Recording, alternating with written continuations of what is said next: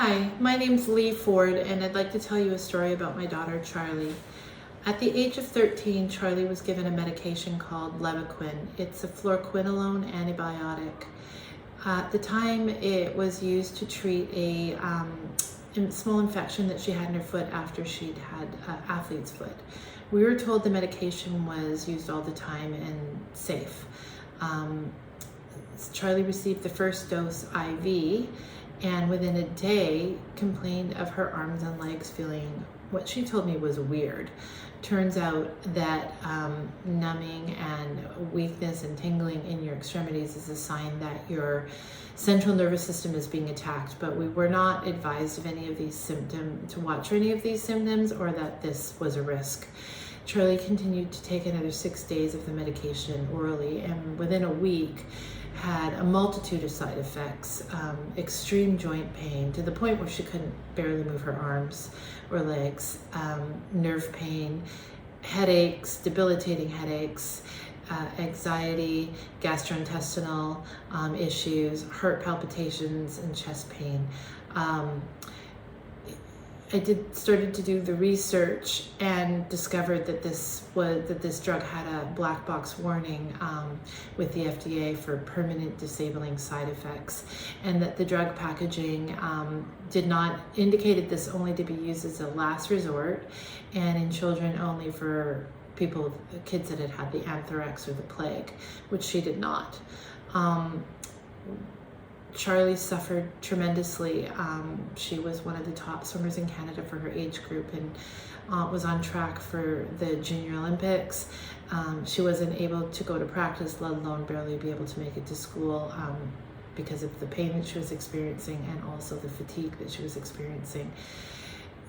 Our family went through a long journey of getting Charlie healed.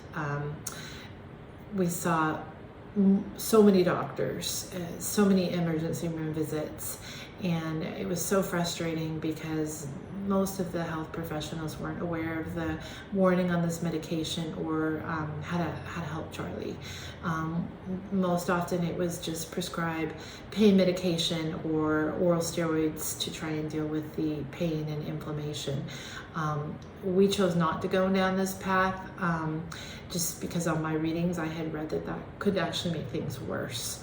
I connected with people on Facebook through fluoroquinolone toxicity, and there were thousands and thousands of people that had been harmed in the same way, many of which that had actually committed suicide, which has subsequently become one of the warnings on the medication, is that seems to be linked to suicide.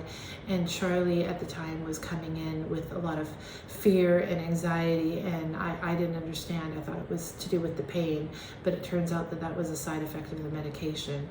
And I relived that day that she got that medication over and over. And if I could go backwards and not let her have it, to have done more research, to have asked more questions, and to have known and been advised to stop it when she first started having side effects, it would have changed her life and our family's lives. It's just been such a terrible impact. But all I can do now is learn from the experience and help others, hopefully, so that other families don't go through the same thing. And you just need to assess everything that goes in or on your body, assess the risks, be informed, make sure you have informed consent, do your research. There's always a risk with anything that we take or put on us. We just have to weigh the benefits versus the risks and make a decision, an informed decision. Just know your risks.